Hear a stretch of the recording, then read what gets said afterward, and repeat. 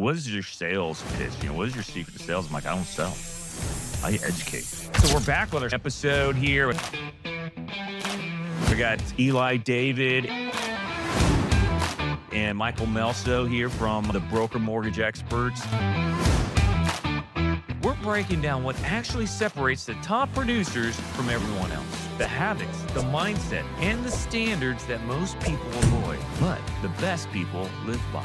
Discipline to stay within your bounds and to follow that on a daily basis. That's a challenge. And if you come off track, getting back on track as quick as you can. One time, it's going to happen. 2, 3 times, now it's a trend. The results aren't happening the way you want them to, and so you just have to adjust and try something new or adjust your plan and move forward. And if you're serious about leveling up, not just having a good month, but building a real business, this episode is for you. Welcome to In Search of Excellence Island Style, powered by the Broker Mortgage Experts. This podcast highlights leaders raising the standard through consistent, values-driven leadership, lived with aloha. Last week, we talked about the 8 tenets of excellence and, serving with aloha, having a bias for action, or moving with mana, building ohana, building family, being not transactional, but relational in how you do business, and then surviving adversity, because there's nobody in any business that does not meet adversity. So now we're going to get real about what people who are successful do, because a lot of people, they look at the results, but the results, that's not what makes the excellence. It's the daily disciplines that people have that they do day in and day out. That's where the success comes from. The results are the lag factor. It's the discipline. So, what are some of the things that you guys do every day that help you become successful, not only as loan officers, but in your business, in the military? It's family members. What do you do every day? And actually, don't forget about the family, because I think anybody who has a family, it's so important not to forget that, there's a foundation. One of the things that when you get out of the Navy is like you walk off on the pier, that ship, the Navy, goes away. It goes on. It forgets about you. But you know who doesn't forget about you? If you've loved them and if you've done the right things with your family. They're going to be on that pier with you when you get out of the military. So what are some of the daily disciplines that you guys do? It's interesting you're mentioning family, because that's one of the first things I thought about was our family is like a team. We actually call ourselves Team David, because nothing happens in our family if we're not all working together. As an example, I homeschooled the kids. I stayed at home with the kids. But as I started to transition and start to pick up work and start to work more, Jonah needed to adjust as well. And it was a team effort. It wasn't, okay, you just figure it out. Nothing moves forward in our family if we're not doing it as a team. So yeah, I immediately thought of that. We just have to work as a team in our family to make it work. And what are some of the things that you do, team-wise as a family, specifically that have made your family not successful, but certainly kept the happiness in the family? Because your kids are always happy, except when you're making them do their homework. Yeah, I think what has made our family successful is, well, one, I have a great husband. I really do. And he has really helped to keep us balanced and moving forward. And when I'm feeling stressed, he's there to help pick up and support. And, I do that too. So I think Jonah's a huge part of it. And my kids, I got to give them some credit. They've been rolling with the punches. We've been PCSing, as often as every 3 years. And we're homeschooling, changing friends, situations. So they've been super flexible and really great in that respect. So it's our team. And it makes me think about just a team in general. You just need people who are all committed to, to making it work and having that success. So who does the dishes? Oh, we've reassigned that. The boys do this. We have started delegating that work to the boys, and they do the litter box too, and they clean their room. And so like video games are contingent upon these things happening. Video games. Yeah. Being an empty nester, I miss having people to do all. We're going to talk about delegating, man. And then my wife is on the East Coast right now, so I'm doing everything by myself. Like I got to do laundry. I got to do the dishes. I got to make the bed. Oh my gosh. I know it's tough. I'm realizing just how useless I was around the house. Mike? What do you got? So what's some of the daily discipline things that you do, whether business or family? All right, we'll start family first in the morning because the family is your baseline. If you have a family, for me, kind of in a really different situation, never expected to be in, with having a 2-year-old and having 3 older daughters. So my routine after retiring was kind of set, and I was able to do things on my own without having to be concerned with anybody else besides my wife. But now for me, it's a matter of first is working out for me. I get up early enough to work out, get logged in my email. Then it's my son. He's 2 years old and getting him going, getting his day going, getting that diaper changed, getting him ready to go downstairs to his grandparents where they take care of him during the day. Jen and I, as far as our routine in the morning, our paths may or may not cross. It all depends on what time she goes in, what it looks like for patience for her. But for me, as I do this, it's my workout. It's get logged in, get ready to go for the day, check my tasks and actions for the day, take care of Sullivan and get him downstairs, and then I can move forward. I have my coffee, I've had my water, and I can move forward. So it says the book Atomic Habits, and getting those small things just part of your life. Doesn't have to be something huge, just something you get in your routine. You get that routine going and you use the tools that you have. I think it's really interesting. You mentioned that Jen's parents are with you, and what an amazing support system that must be for you. I wish I had had that, honestly, because, when you're PCSing or you're stationed somewhere, you don't have that family support system and you have little kids. But how amazing that Sully can grow up with his grandparents. Yeah, no, for real. I mean, my wife's mother and father, they were married 50 years and the mother passed away. But I wish that I love my father-in-law. He was amazing. Ken Fleck. They called him the scoutmaster. He was a scoutmaster. I mean, he had 15 kids. So, I mean, he was Wow. Yeah, that's a lot of kids. Wow. He was awesome and just a wealth of knowledge. He could fix everything too. I wanted him to live with me so bad, but that never worked out. But I was thinking, when is the right time? And totally off topic here. When is the right time to have kids? Like people are saying, "Oh, I want to wait until I'm older to have kids," or I want to have them when I'm young, get out of the way. Dude, you've done it both ways. Yeah. Like, what's that like? I mean, what are some of the pros and cons, of having a kid early and then late? You've done that. So really key is I was in the Marine Corps.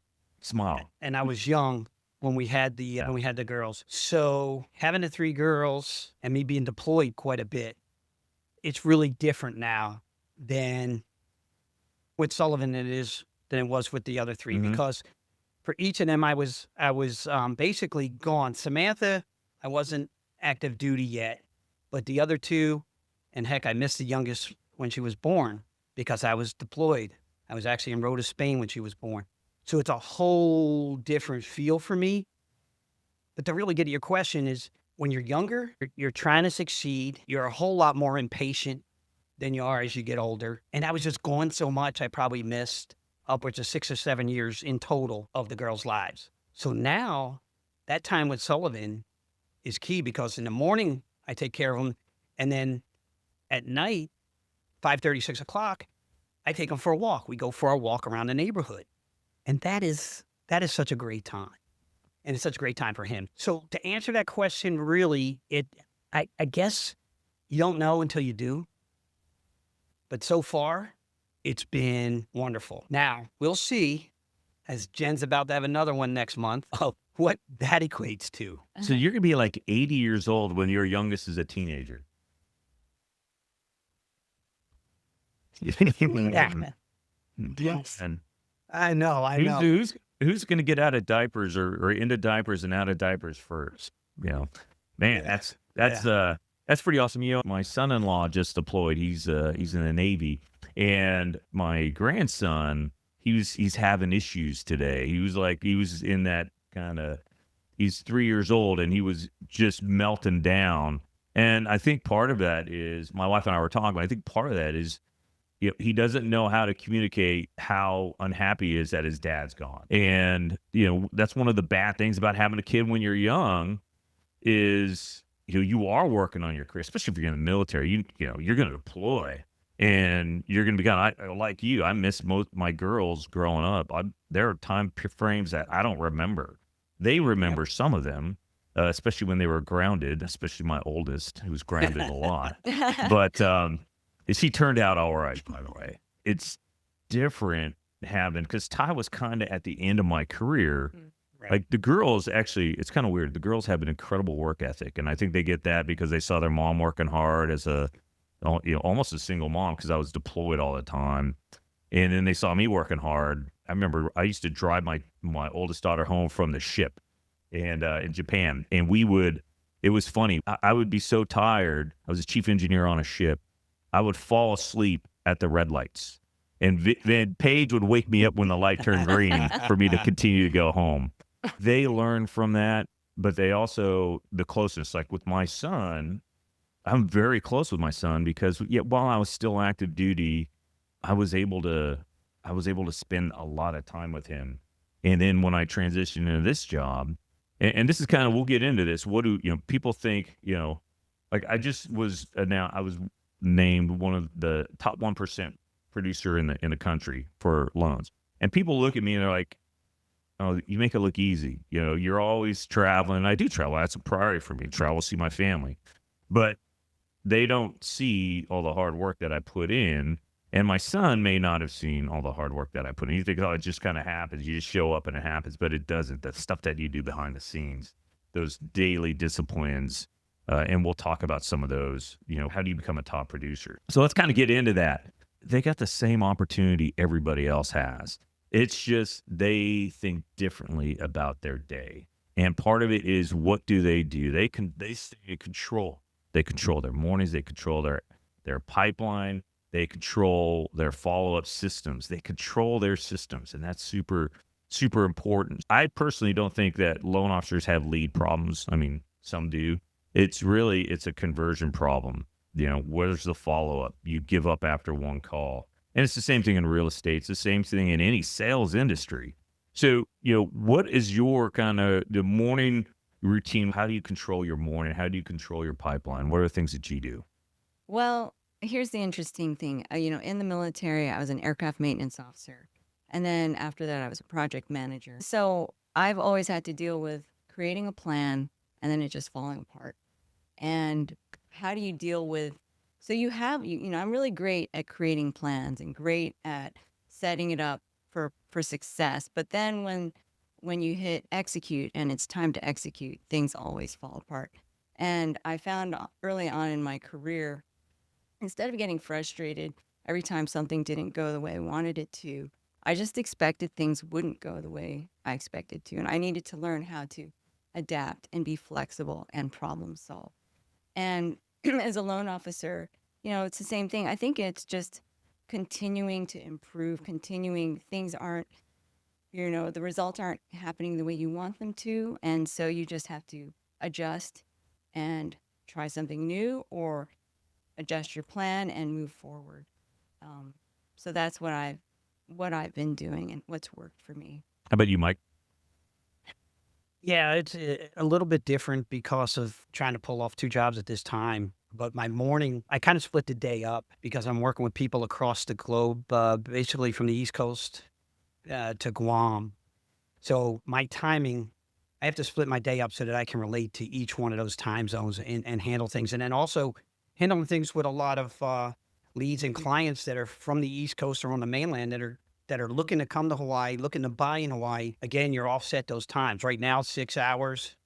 We'll go East Coast, West Coast, 6 hours and 3 hours. If you're dealing with somebody from West Coast, it's pretty easy.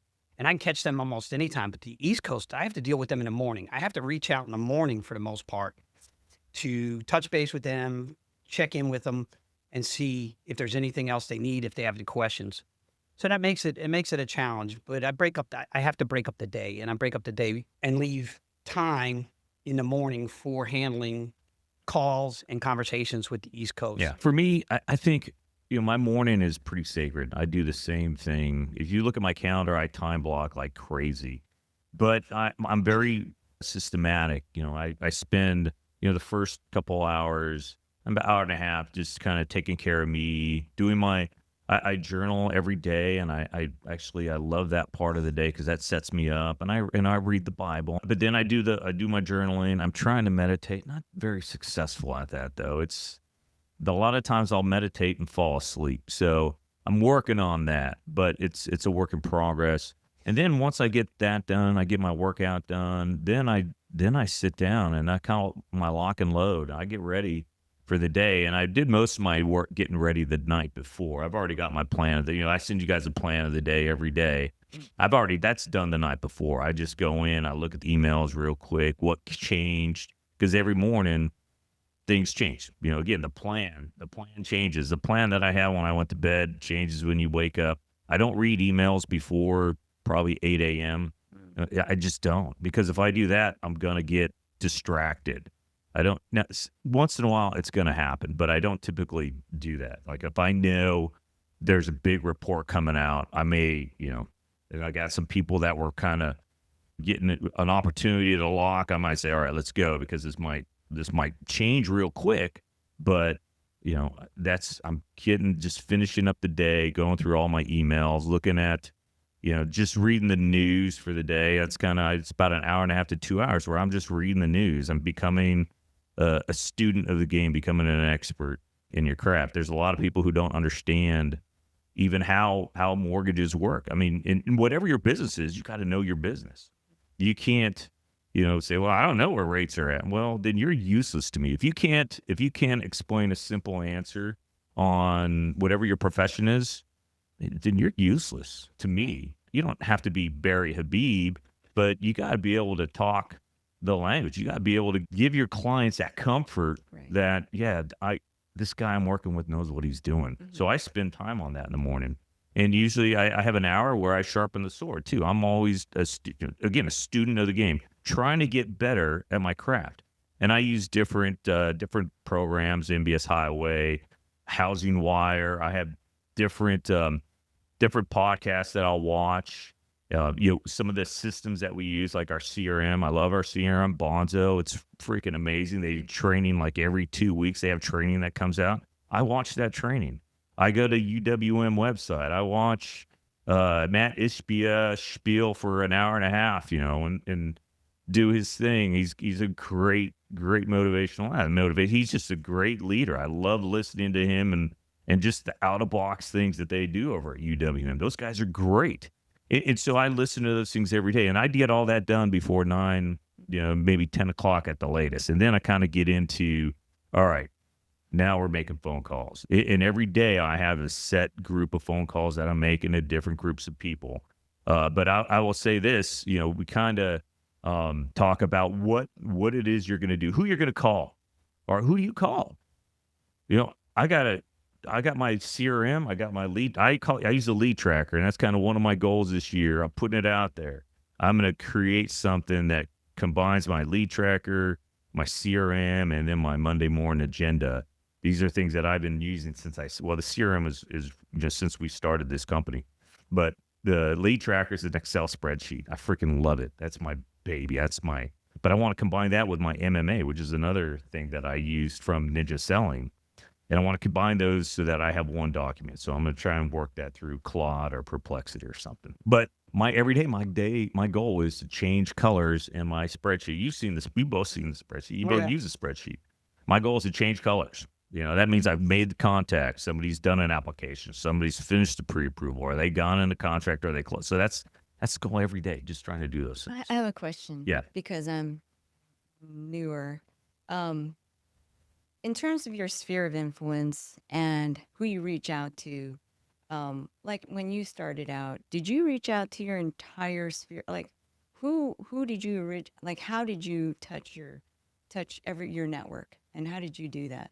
It happened almost by accident. So one thing, I wore a shirt all the time. Mm-hmm. I was always wearing a shirt that said, my first company was Veterans United, and they had some great shirts. And they had this one shirt, have you use your VA benefit? Mhm. And I'm wearing that at the pool in my neighborhood. And some guy comes up to me. He's like, hey, who do you know who works there? I'm like, I work there. He's like, no way. I'm like, yeah. Hey, can you do a refinance? Yeah. Cool. I did his refinance. And then his wife told her best friend who lived in the neighborhood, who was also at the pool, hey, Larry can refinance your home. So I did that refinance. So, I wasn't out there advertising per se. Actually, I did a little bit, but mostly just, showing up. I just made myself known everywhere. I was everywhere. And then I was a Cub Master. Was I a Cub Master? Yeah, I was a Cub Master when I first started. And I didn't tell everybody, all the parents, hey guys, I'm a loan officer. Come buy a home with me. No, but they knew. And so we would be on hikes or we would be camping, and inevitably that would become part of the conversation. So, you start talking to other people about what they're doing, and ultimately they're going to come back and say, hey, well, what about you? What are you doing? Oh, yeah, well, just I'm a loan officer. Here's kind of what I'm doing. And then like, oh man, I'm looking to buy a home. And that's how it happened.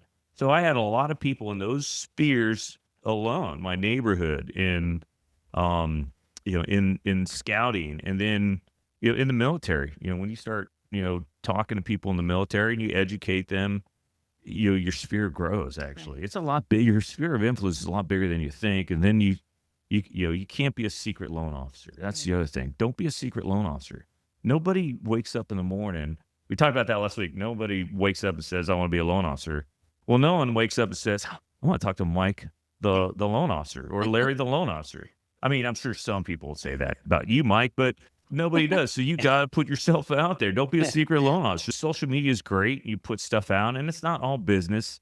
There's some really great folks out there who are just putting information, on their social media. And I've been very consistent. And that's the discipline thing too, is being very consistent and having the systems in place.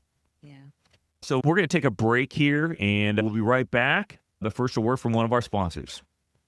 This episode of In Search of Excellence Island Style is powered by the Broker Mortgage Experts.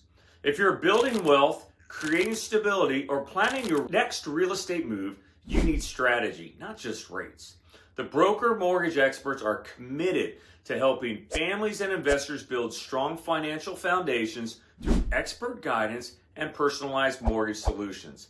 Excellence starts with the right foundation. Connect with the Broker Mortgage Experts today. We're back. All right. So, hey, Mike, you said you want to talk about something. What did we miss? So, from a personal perspective for each of us, to me, it's habit, executing that habit, and the discipline to stay within your bounds and to follow that on a daily basis. And that's a challenge. And if you come off track, getting back on track as quick as you can. One time, it's going to happen. Yep. But 2, 3 times, now it's a trend. That's a and you new start to habit. fall out. It's a new habit. Yeah, no, for sure. Everyone's like, I don't work out every day. I mean, I try to, but I'll miss a day. And it's going to happen. But don't miss 2 days. Don't miss 2 days of making your phone calls. That's 100%. And that's why you don't want to do, too many things at once, because you're setting yourself up for failure. Pick 1 or 2 things that you can do, that you can implement on a daily basis, and then go from there. So we're going to get into, how do you grow your business? But first, I want to tell you about, I just made a client cry. I did. It was awesome. And you talk about sphere of influence. So one of my classmates from the academy, he called me and he's like, hey, Larry, can you talk to my daughter or husband? They want to buy a home, and they're going to buy new construction, but they don't think they can afford this home. So I'm like, yeah, absolutely. So they did the application. They sent me their documents, and they happen to be VA buyers. I'm going over their income, and they're great income. He's got like 100% disability, which is a great advantage in Texas. You don't pay property taxes there. Yeah. So we went over, and then I did a Google Meet with them, and I went over their budget, and I think their house they wanted was like $400 or $450, and I showed them kind of, hey, here's what your options are. It's not in Hawaii, it's in Texas, and I showed them what their options were, and they're like, oh my God, we can do this, and we can get this mortgage payment where we need to be, so we're not house poor. And it got silent on the other end, and I'm like, is everything okay? She's like, she was crying. She was crying. She's like, I'm so happy because I didn't think we could do this. And they really didn't understand the power of their VA home loan benefit, but they didn't understand the numbers because they had never gone and done the numbers or had somebody go through the numbers with them. So, if you're thinking you cannot buy, that might not be the case. Talk to an expert, and see if you can actually do it. But don't have that limiting belief that you cannot do something. I actually called her dad when I was done. And I'm like, hey, I just made your daughter cry. And he was like, what do you mean? He's like, I just told them that they could buy and they weren't going to be house poor. And he's like, yeah, you know what? I was just talking to her. I told her I needed to take another call, but yeah, she was pretty happy. So, that's a good news story. I love that. But let's talk about how do you grow your business? All right. When you start out in your business, you're doing maybe 1 or 2 or 3 loans a month. How do you get to that plateau, especially if you're just one person? There are people who do a lot of business and they do everything themselves.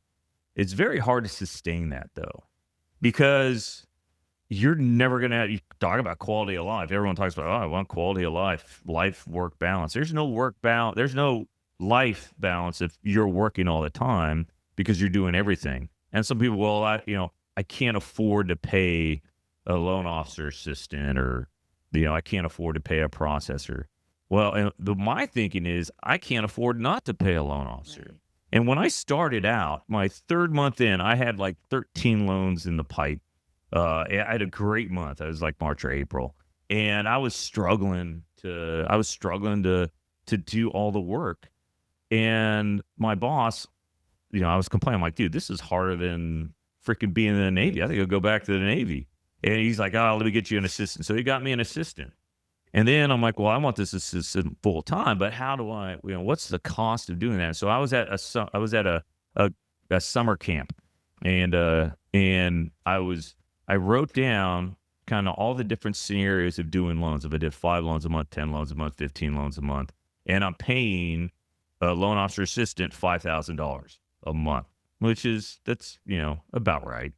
And if by having one more person on your team, you should be able to get you that five more loans. And when I ran the numbers, average commission, maybe $5,000 a loan, I'm like, she pays for herself right away. But the next step on that is, all right, well, you get a loan officer. What do you do with that loan officer assistant?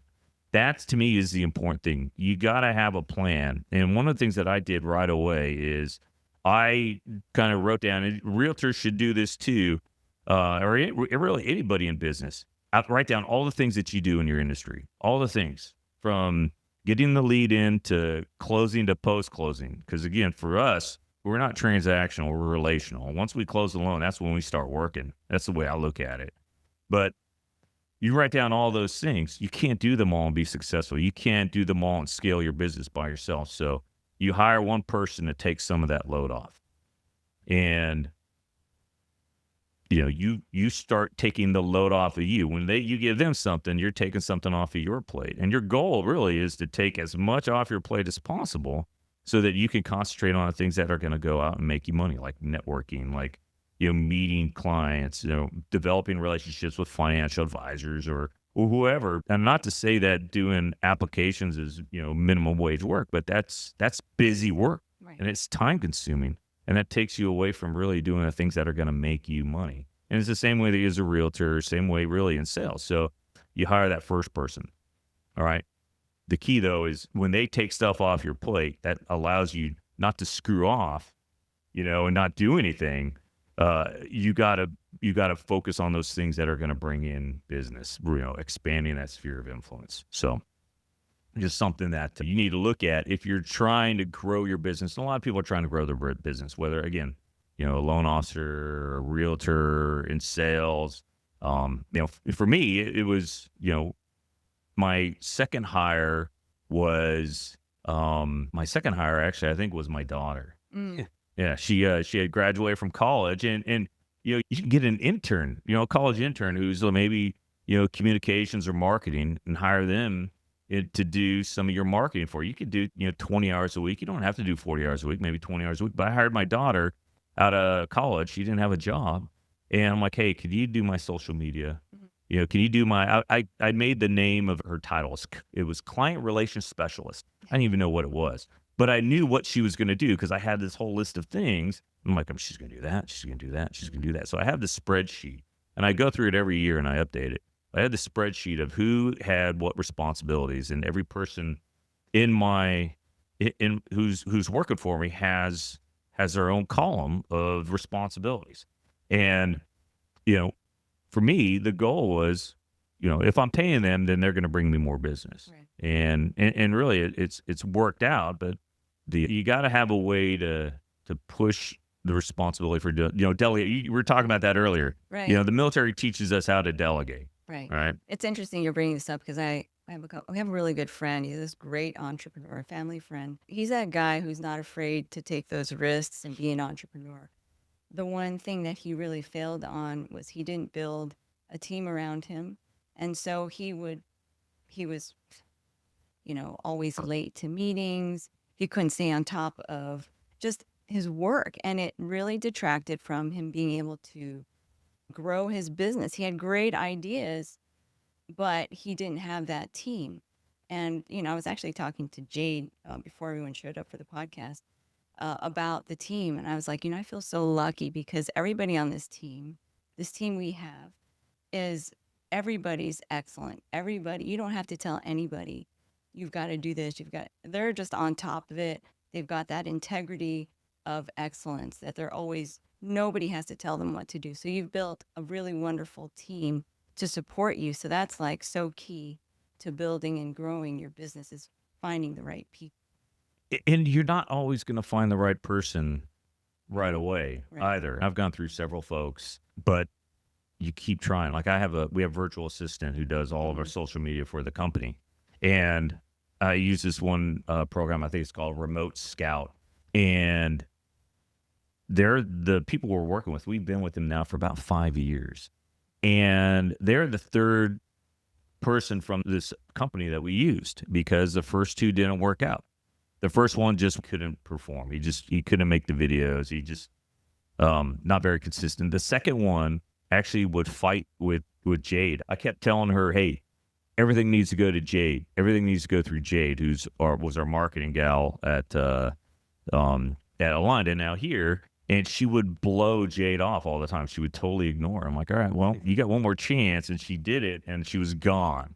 Hire slowly, fire quickly. That was kind of that one. And then we really went and interviewed more. And the group that we're with now, I love them. They're, part of the family, really. And they've done a great job, and I've helped them grow, and they've helped me grow. So it's important to have a good team. And people are going to come, people are going to go. That's just part of the business, and you try and you keep everybody. But people change. People change in how they, what they want for their lives and where they want to live, and you just let them go.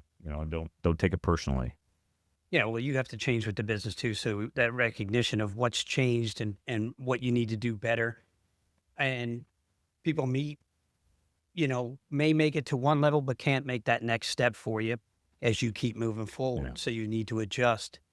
And it's interesting you say hire slowly and fire or let go quickly, because you can't let that suck you back down. You have to keep moving forward. So that's pretty good thoughts there with respect to a bad hire. folks. You keep them around. That's a cancer. It spreads quickly. That could really ruin your business. Yep. Let's go. Kind of the next topic was kind of your mind shift going from transactional to relational or even transformational. A lot of people, they talk about, I see it all the time. Well, we got the best rates. I remember this one guy who was in the industry. Everyone was competing. It's a small island out here. He had all these $20 cards, Outback Steakhouse. And he's like, I got all these cards I'm going to give you if you work with us. And I'm like, really? That's your fucking sales pitch?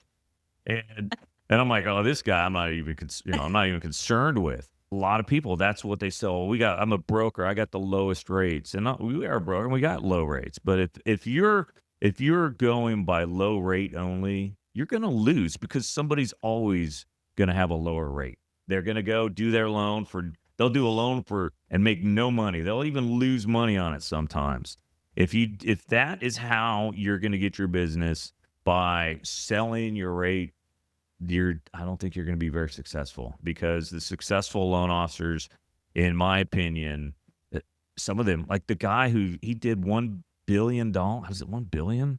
I think $1 billion in volume Whoa. last year. Now, granted, he's probably got a team. I know he has a team, but that's a lot. And you know what? He's not a broker. He's not a broker. He's got his systems. He's an expert, and it's not about the rate. Yeah, the rate's important, but you got to sell your service. You know, Right. how do you serve the client? It's interesting when talking about sales. And for this, I'd always, every time you say sales, to me personally, it always sounded kind of dirty, because it always, a salesman is the impression you think of a car salesman who really doesn't care about you. They're just really trying to sell that car, and they'll tell you whatever they need to tell you to get you to buy it. Right. And that was always been my impression of what sales are. And in some respect, I mean, we are in sales, but it is because you're helping a family buy a home, which is a huge part of their life. This isn't just a transaction. This is a huge part of their family, their growth, their wealth. So it's not a sale. It's as you said, it's education, it's helping. And in that way, I'm not trying to wash over or like convince myself that I'm not a salesman, but it does change the tone of what we're doing. It is not sales. Yeah. Sales is part of what we do every day. And I don't mean, I mean as people, right? Right. So when you're dealing with your children, you're trying to sell them something. You're trying to sell them that if you do this, you'll be better tomorrow. Brussels sprouts are really good. There you go. So we're always doing sales. And even somebody in the military, if you're thinking, I'm not in sales, you are, because you're always having to work with, negotiate, and convince people, persuade people to do stuff. So Yeah. Oh man, I just had this one thought. Well, actually, so going on to the education piece, and that's really I was on a podcast. It's in the, I don't know, Loan Officer Freedom, Mortgage Marketing Animals podcast. Is podcast number 69, and the Carl White was the guy for the podcast in charge, and he was asking me, so what is your sales pitch? What is your secret to sales? I'm like, I don't sell, I educate. And he's like, man, nobody's ever said that. And in his Southern twang, nobody's ever said that. And but that's how I feel. It's education, and really my goal. It's kind of corny. I always say, hey, I'm gonna be your LO for life. And my goal, my job is not to sell you a home; it's to make you a successful homeowner. And to that end, that's one of the things that we're doing over here at the broker. We got, actually this weekend, we got a PCS exit strategy workshop. And I'm really excited about this. This is a vision, that's something that I kind of wanted to do. And Dan Sepulveda, who's one of our loan officers who's not here right now, he brought it up on, dude, let's do it. And so we're hosting this for all of our past clients, and we're hosting it for realtors to educate them on, hey, you're in the military, you're going to move most likely. What do you do with that home? If you bought a home, what do you do? What are all the pitfalls of being a homeowner, of being a landlord? And so we got a tax specialist coming in, we got a title specialist, we got a property manager, we have a realtor, and then obviously the lending side. Because if you're in the military, you have this beautiful thing called a VA home loan benefit. You should be using that more than once. I've used it more than once, and just because you bought one home doesn't mean you can have more than one VA loan at a time. A lot of people don't know that. You can have more. You can have 2 VA loans at a time. And you can sell your home and you can get your entitlement back, and you can use that entitlement again. So there's all these different ways that you can use your VA loan benefit. And maybe you don't have any benefit left when you go back to the mainland, but you could still buy. And that's kind of, that's what we're going to talk about. I'm really excited. This is something, part of our Successful Homeowner series that we're implementing and kind of getting going this year. So a second year doing that. I'm pretty excited for that. the PCS exit strategy is key for Hawaii, but it's also the knowledge and information that we're going to discuss, especially with when you talk affordability and interest rates and the prices of homes. And that's really the key of the appreciation over the last several years and what homes cost, that exit strategy can be used across the board. It can be used on the mainland. In Hawaii, though, really special because you're probably here for military. You're probably here anywhere from 2 to 5 years. And is that enough time to buy a home and have that value returned to you if you're gonna sell it? And there's some big things of why you might want to sell because of taxes or whatever here in Hawaii once you leave.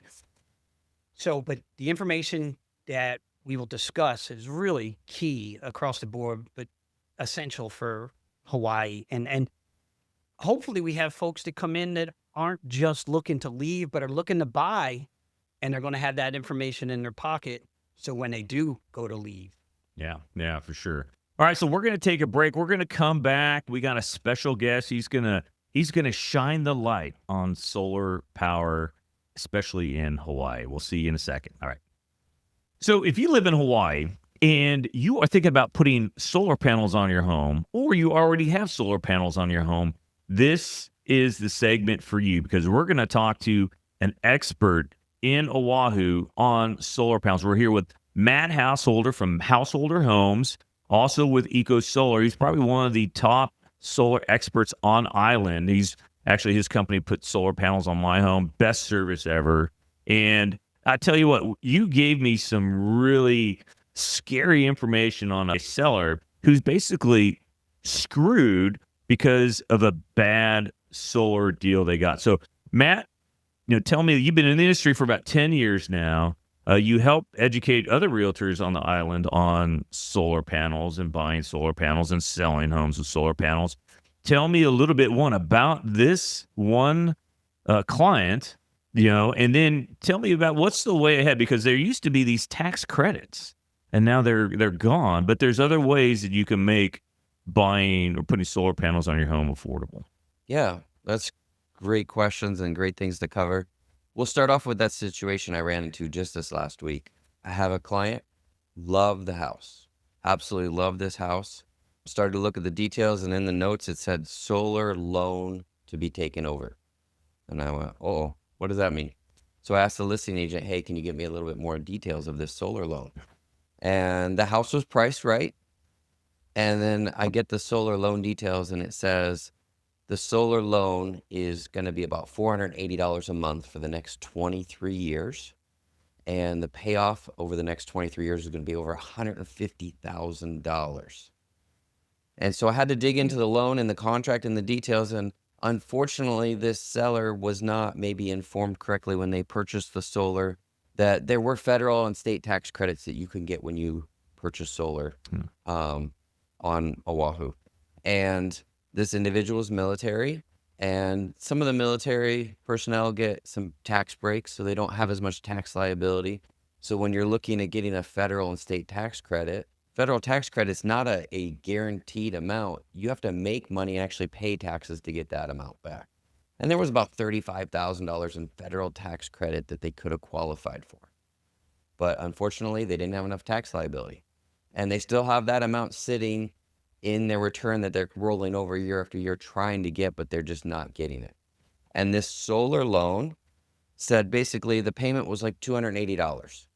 And then in the first 18 months, you had to put that federal tax credit down on the loan. And if you didn't, it ballooned the payment from $380 or $280 to $480.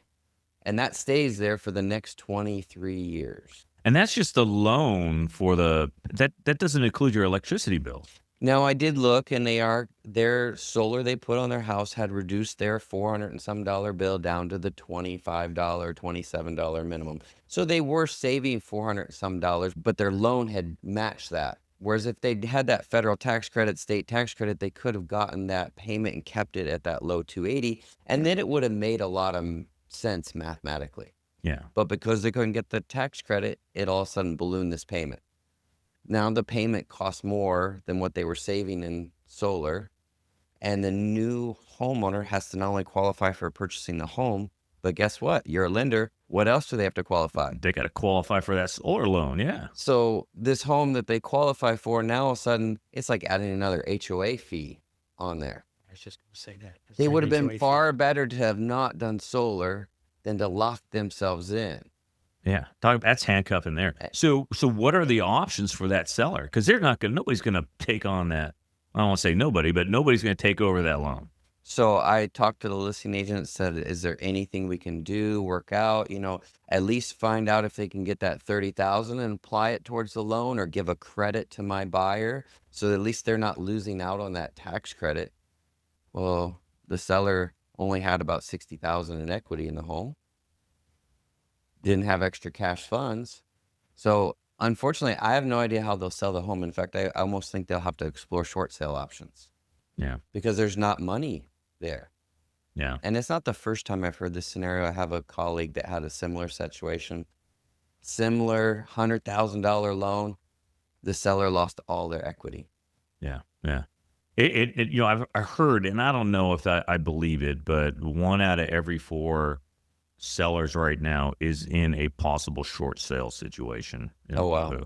That's what I've heard. I don't know if that's true. That seems like a lot, but you know, that is a problem, and solar just adds to that problem. And you've been talking about these federal and state tax credits. hmm They're gone now, right? So what's the incentive to buy a home? Why would, or not buy a home? What is the incentive to put solar panels on your home? Right. So the landscape changed dramatically January 1 of this year. So there was 2 tax credits. One of them disappeared. The federal tax credit of 30%. So if you bought a system for $50,000, you would get a $15,000 federal tax credit. So that's covering 30% of the cost. There's still a state tax credit that exists. And it's through a little bit weird calculations in the state of Hawaii and how to calculate it. But roughly for every 5 kilowatts of solar you install, you can get a $5,000 state tax credit. Between the two, they add up to almost about 45% of the system cost that could be reduced. So that $50,000 system ended up being about $28,000. And the return on investment, if you were able to claim the tax credits, used to be about 4 to 5 years. Not too bad. Yeah, Adds value to the home on appraisal. Usually most people stay 3 to 5 years, so they've recaptured that investment before they have to leave. So the federal tax credit went away. So now what do we do? It changes drastically because that yeah, $50,000 system, if you just take the state tax credit, maybe you get it down to $42,000. Return on investment jumps to 10 years. It just doesn't math as well because, we're on an island that moves a lot. Yep. And people don't stay 8 to 10 years as much. So they rolled out a new program. And Who's they? kind of the industry as a whole. Okay. It's a new program that's been around for a long time. And now we're having to re-educate consumers because it has this word in there that's a little bit of a swear word in the industry. It's a lease. But it's not a lease like what we think of in a monthly lease payment and 25-year term and all these encumbrances that give solar a bad name. It's what's called a prepaid lease. And the prepaid lease does something unique in that you have a one payment upfront amount for that lease. The leasing company, through a commercial level of things, is able to get that federal tax credit. And they're able to pass on that discount to you up front. So that $50,000 system is going to be, let's see here, my math isn't, it's going to be like $33,000 instead of the 40-some thousand if you go the traditional route. And it's not the 28 that you used to be able to get, but so it's still not bad. And the return on investment is about 7 to 8 years. Okay. Difference is you pay it and you're kind of getting the incentive up front through the prepaid leasing company. You don't have to file it through your taxes. It's just there. The discount's applied right away. Benefits are that prepaid leasing company covers all maintenance and repairs that first 10 years. So you don't have any worry there. And there's never going to be a payment down the road. Because that's what when I talk to people, they're like, oh, I don't want a lease payment. I don't want to lease. So I'm paying this 33 grand. Do I have to come up with extra money down the road? No, it's paid up front and the return on investment is 7, 8 years. And they go, well, what happens if I sell? That's my next question. Right? Yeah. It's a simple transfer. If I had a prepaid lease on my house, you want to buy my house? We just transfer the lease over to you. No payment required. The negative to a prepaid lease is appraiser will not give value at that point. It won't. It's not a ding on it. It's just no value. Right. Now, I've sold a lot of homes with already had prepaid leases on over the years. They are great because all those costs are already covered. It reduces your HECO bill drastically. Right. Right. And it's not like that homeowner has to take on a new liability. It's just a transfer of the lease. Question, Matt. Are real estate agents, especially a listing agent in a house that has prepaid solar, are they educated in that? Who did they find out from how that works? So people know about prepaid leases because they've been out there. There's a couple big companies that have done them. I mean, like I said, I've done several transactions with them. They're not that uncommon. They just haven't been as prolific. Oh, we saw them like 10, 12 years ago, and then they kind of died down. Now we're seeing a resurgence. But agents really in the solar world don't always have education. They go, oh, there's panels up there. And they don't know anything other than the number of panels. Sometimes they don't know the difference between hot water solar and PV and even pool solar. And so I try to teach classes for agents just to go over the basics so they know what questions to ask, what information to gather so that they are representing their clients well, whether they are representing the buyer or the seller. But the prepaid lease is a good alternative because it's a way to reduce your electricity costs and have eventually reduce your bill to HECO altogether in 7 to 8 years, period. And electricity is not going to go down. No. It's not. I mean, No. every year it seems like your electricity bill goes up. Right. From HECO. Yep. And solar panels are a great way to offset that. And again, that's why I just put them on, and Yep. I got in on the federal. You tax got in break. before the Yeah, change. yeah. Yep. So I was pretty fortunate there. But somebody, again, so many military people coming and move in the island, and they want lower electricity bills.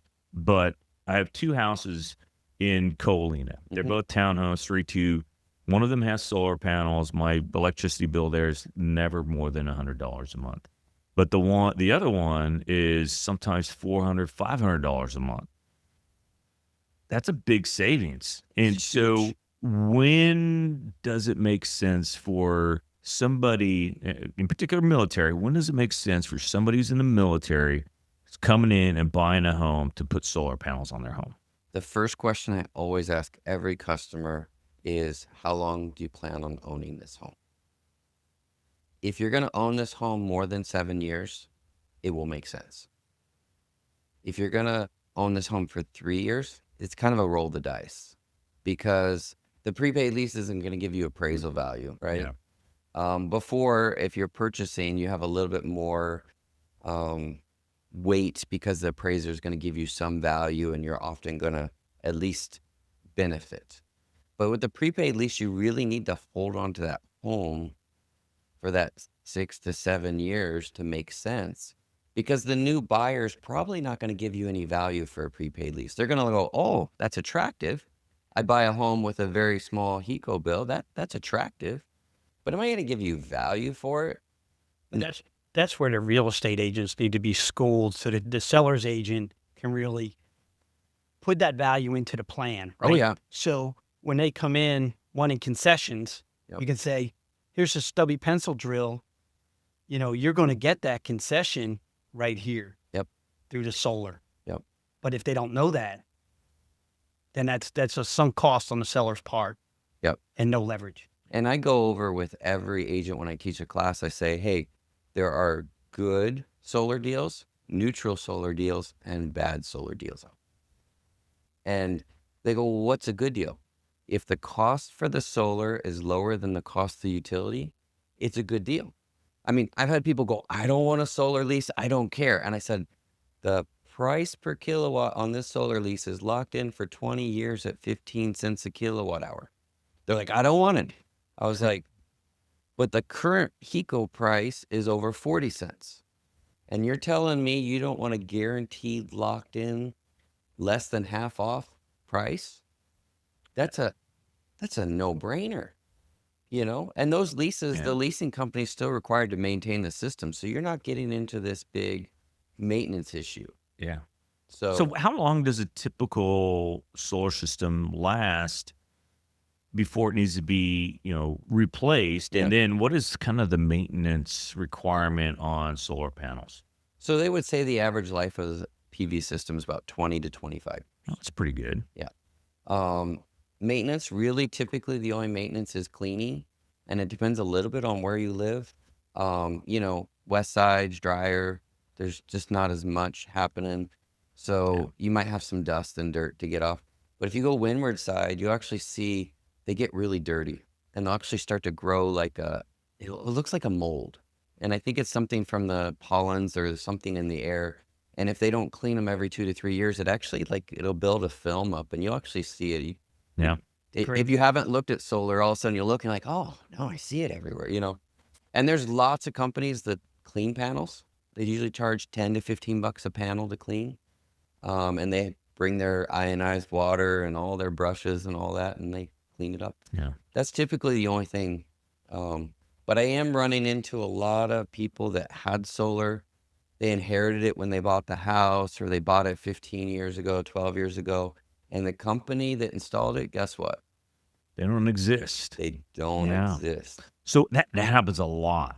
So how do you handle that? Like as a homeowner, I don't know, name a company that, we do solar. They're out of business now, but they did our panels. Is there somebody that buys the rights to those solar panels, or is there like a company and maybe they had a warranty and the company's now out of business? Does somebody pick up the warranty or are they just SOL? Depends on the situation. Yeah. If it's a leasing company and the lease you're still paying on the lease, there's always a company that replaces that leasing company. For example, Vivint. Always. Vivint was a big solar, Mhm. and then Sunrun took over them. So if you had a Vivint system, now you call Sunrun, and that's still maintained and warranted through that. That's in leasing terms. The leasing company, there will always be someone to take over. Somebody wants their money. Yeah. Yeah. But in purchasing, typically you're at the mercies of, is there still a manufacturer's warranty? And can I get anybody to honor that manufacturer's warranty?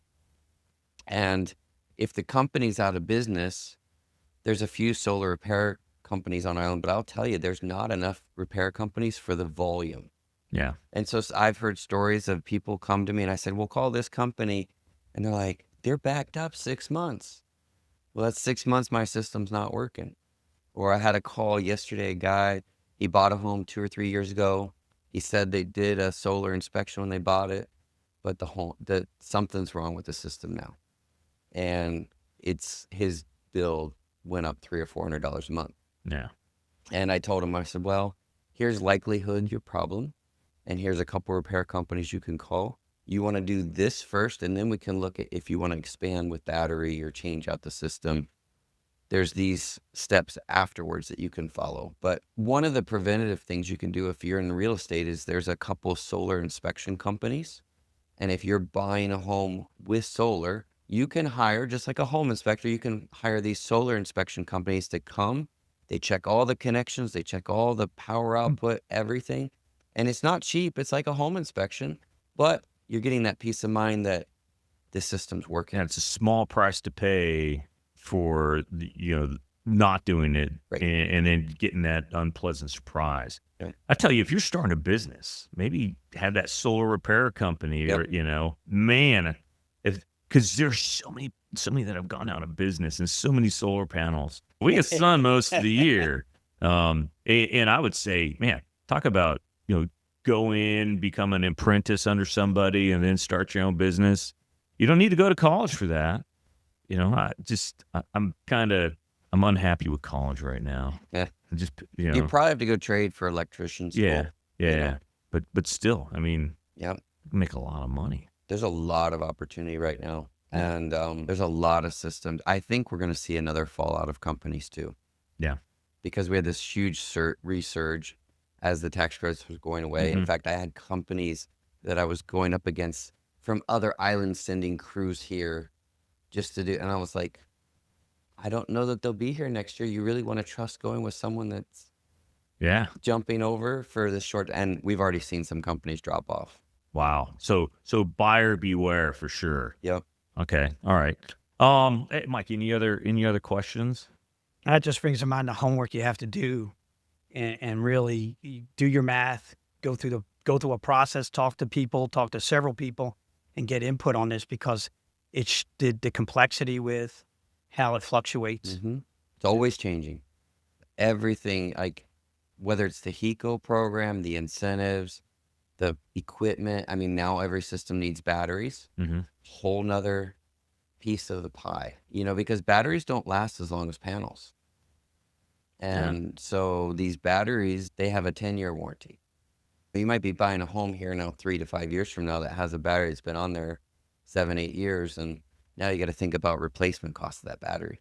Yeah. Hey, do me a favor. When we're done at the bottom of this podcast, I want to put some of the solar cleaning companies, because a lot of people, solar inspection, I think most of my clients aren't even asking about that. And I think that's probably a prudent buyer would do that inspection. Just like if you're buying a home in Hawaii, you probably want an engineer to look at the foundation, because those homes are a little older, that land is settled over time. So, well, great. Matt, let me see, anything we missed?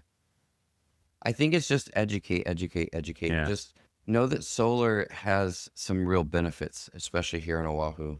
And I think, make sure your agent you're working with is asking those questions, whether you're selling the home and making sure they're educating the buyers what this system offers, or if you're representing a buyer, that they know, hey, what am I actually getting out of this system? Not that it just has panels, but what are the benefits of this system, and what are my extra obligations or responsibilities? Yeah, know the recoup time of the cost versus what you're saving monthly. Huge. I do that when we're talking about, buying down the rate. What's the recoup? It may not make sense. Yep.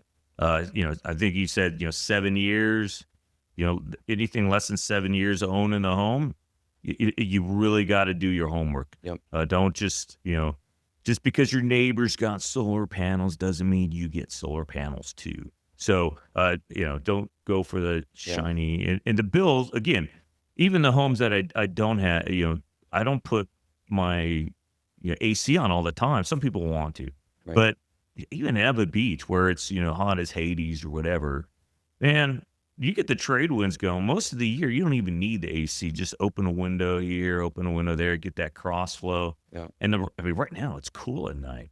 So you don't need to jack up the AC as that much. If you have an electrical vehicle, well, now you're talking. You got to be smart When you charge it. Yeah, Yep. even if you have solar panels, like I don't charge at night.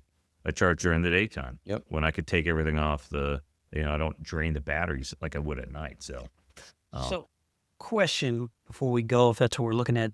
So, can agents, or can a buyer or seller, do you do some kind of consulting, Matt, for them, that somebody can reach out to you Yeah. and ask you the question? Because that's something important for us, especially if we have somebody that's looking to buy, sell. Yeah.